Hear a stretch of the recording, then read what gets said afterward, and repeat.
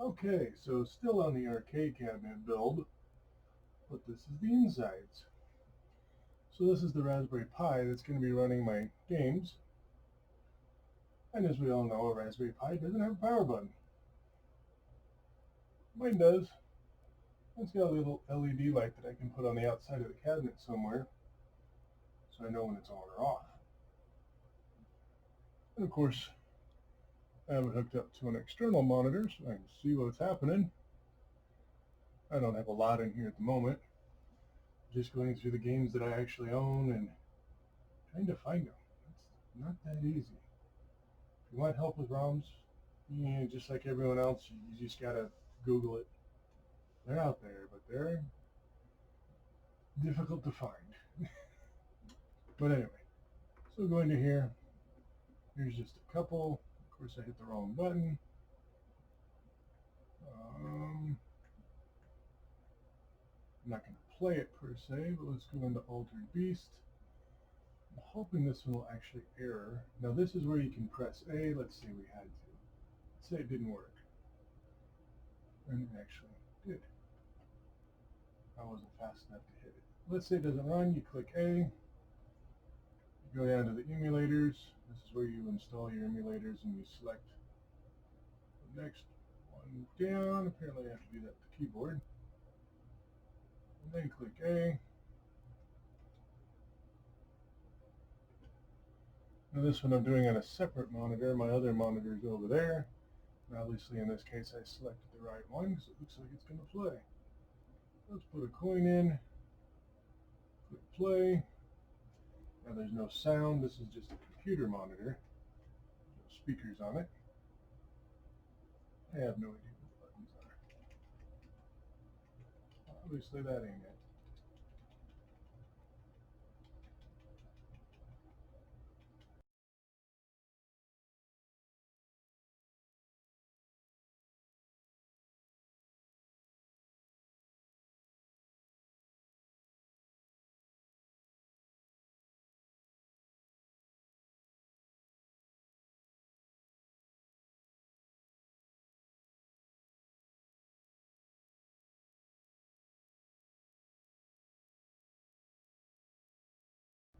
Oh, I guess we ain't dead.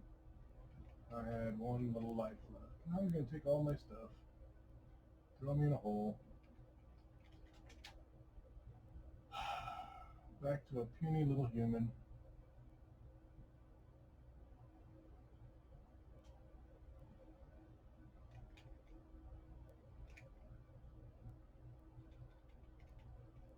But anyway.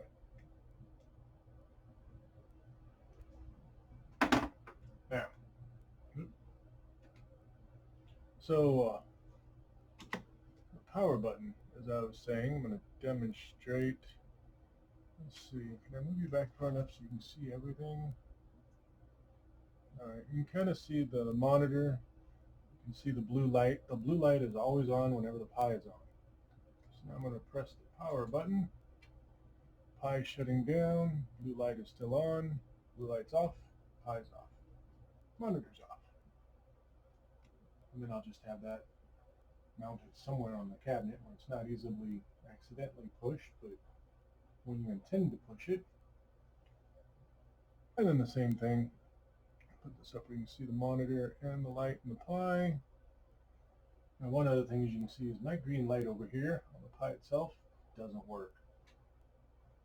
We just tap the power button again. LED light comes on, Pi boots up. This is the safe shutdown, safe reboot. It's on GitHub.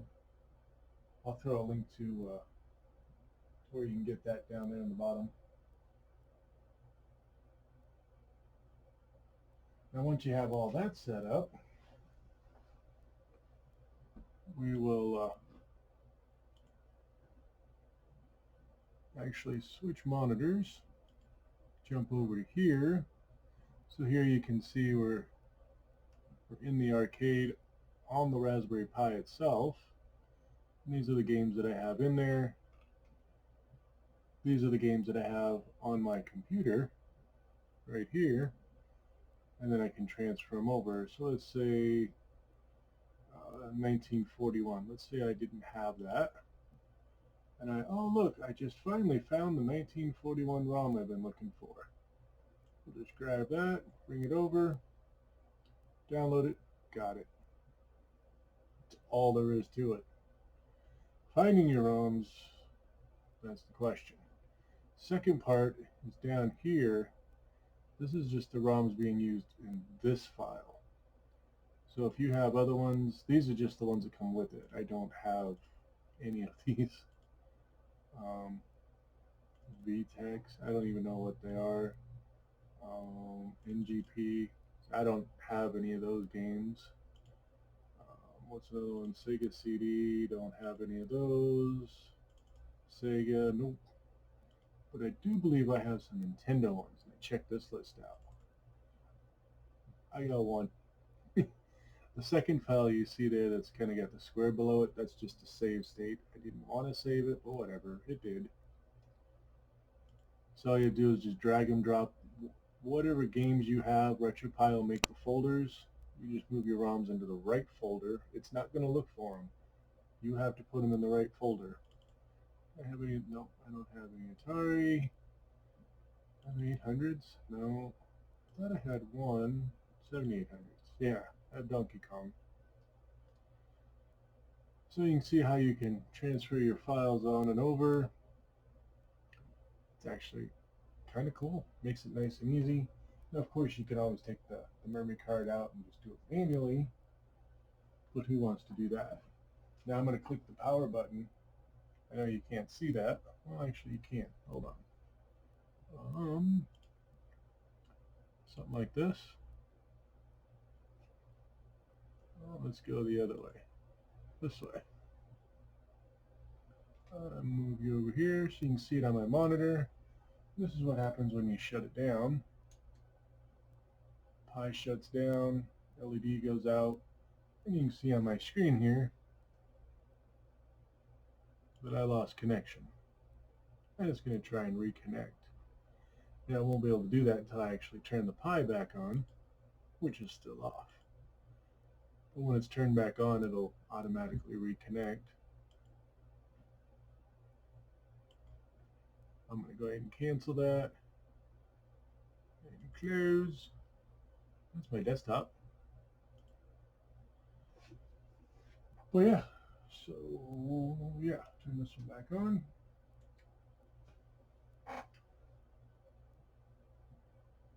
And then Pi shoots up. So that'll be nice on the outside of the cabinet with a power button. A little light to let you know the Pi is actually on or off. Doesn't tell you anything else, just on or off. Doesn't tell you if it's functioning, doesn't give you error codes, just on or off. So it's going to be inside a cabinet. It's not going to be too hard to get to, but it's not like right there by any means.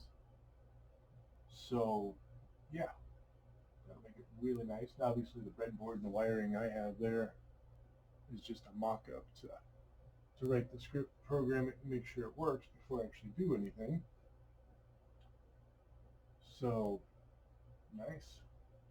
Definitely recommend it. I'm also going to have the LED lights on the controller buttons, for gameplay, to where they can, let's say, well, you can see up here on the monitor, it shows you, for instance, oh yeah, turn the joystick off, got it turned it off. So for instance, the arcade, you can see it uses 6 buttons and a start button. You also need the select button. It's hard to see on there for some reason. Interesting. Anyway, uses the joystick, 6 buttons, and then the start button. You also need the select button to add coins. That's the button that adds coins. So you can see that on the control pad I'll need 6. That only uses a joystick and 2 buttons. Nintendo is a joystick and 2 buttons. PlayStation I don't have any, but it's a joystick and 8 buttons. I guess I got 8. Oh, I got Street Fighter. And the Amiga, I don't know, it's just a driver. It says 9 games, but there's no games in it. I think that's for the Arch or something, but anyway. And then back into the games, you got the box art. If you don't know how to get box art, let's go back out. Once you have your ROMs installed, you can run Scraper. I'm not going to because it takes forever. And it grabs the art off the ROM that you have, and then when you go into it, such as the arcade, um, didn't have one for Aliens apparently. Oh wait, maybe it did. Stop.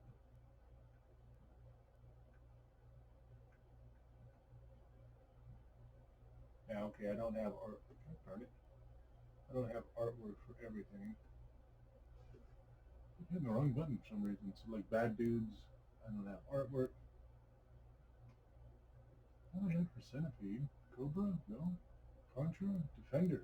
Dig Dug. Okay. Dig Dug, we got artwork. Not all of them's going to have it in there. It depends on the ROM and where you got it. Some do, some don't. Dig Dug 2 does. Donkey Kong does. 3. Junior doesn't. Double Dragon doesn't. 3, 2, nope. Dragon Breed does. Frogger! Now, this one in this case, for whatever reason, it pulled the poster off the game, not the actual game. But, yeah, you still get the idea. See, I always hit the wrong button. I'm sitting too far away. I don't remember if you remember Gorf. I love that game. Now, obviously, that was, wasn't one that had a box for it, so I could only find the poster. Still, it's Gorf. Come on. All right, well, enough messing.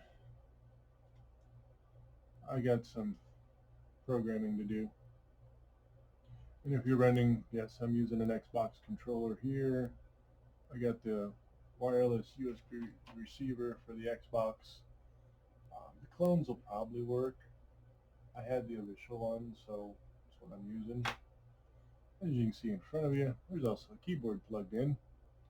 You don't need it, it just makes it easier. When I get it in the case, this controller will no longer be existing. I'll use the controls on the case. The keyboard is not needed. The keyboard just makes life simple when you need to type or if you need to change the name. You can do it with the control stick just like you did in the arcade, putting your initials in, up, up, up, up. On here I can just click the letter I want. It's a little easier. Tons of videos out there, tons of how-tos. This is not exactly a how-to. It's just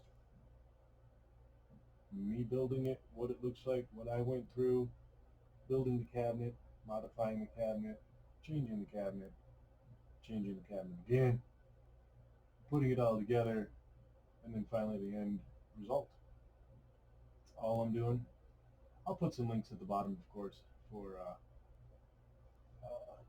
LED and the button, because that's actually kind of cool in the script. The ROMs, Google them. They're out there. Search. Only download the ones you own. Download ones you don't own. Well, you're on your own.